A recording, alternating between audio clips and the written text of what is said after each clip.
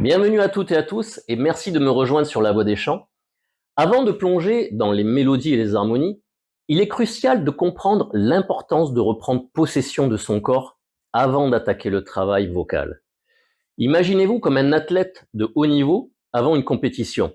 Il serait impensable de commencer sans un échauffement adéquat. Eh bien, il en va de même pour nous les chanteurs.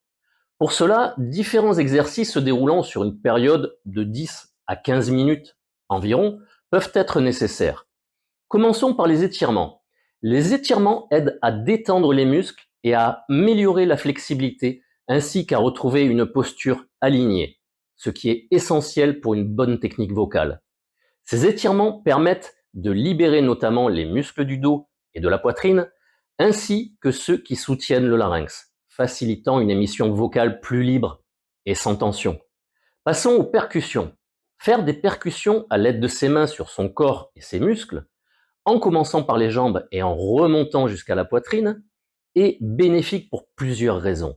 Cette méthode, souvent appelée body taping ou body percussion, aide à préparer le corps de manière globale et efficace en améliorant la stimulation circulatoire, l'activation neuromusculaire, la relaxation, la libération des tensions. Il améliore la conscience corporelle et réveille l'énergie en redynamisant son corps et tout particulièrement les muscles impliqués dans la respiration diaphragmatique. Enchaînons avec les massages qui, de la même façon que les percussions, permettent de détendre les muscles, d'améliorer la circulation sanguine, l'activation neuromusculaire et tout ce qui a été dit précédemment, autorisent aussi un travail plus en profondeur au niveau du visage, de la mâchoire, du cou et du larynx.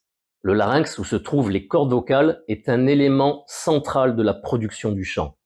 Masser le larynx et les muscles environnants aide à relâcher les tensions spécifiques à cette zone. Cela permet une meilleure mobilité du larynx, essentielle pour le contrôle de la hauteur et de la qualité de la voix. Terminons avec la relaxation, qui permet entre autres, au travers de la respiration diaphragmatique contrôlée et d'exercices de contraction et des contractions musculaires, d'éliminer le stress et l'anxiété, ainsi que de favoriser une coordination entre le corps et l'esprit, essentielle pour la respiration, la posture ou même la concentration. En conclusion, reprendre possession de son corps avec des échauffements au début d'un cours de chant n'est pas une étape accessoire, mais une nécessité pour garantir une pratique saine, efficace et agréable.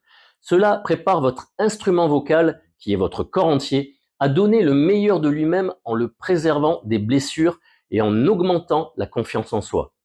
Je vous remercie pour votre écoute.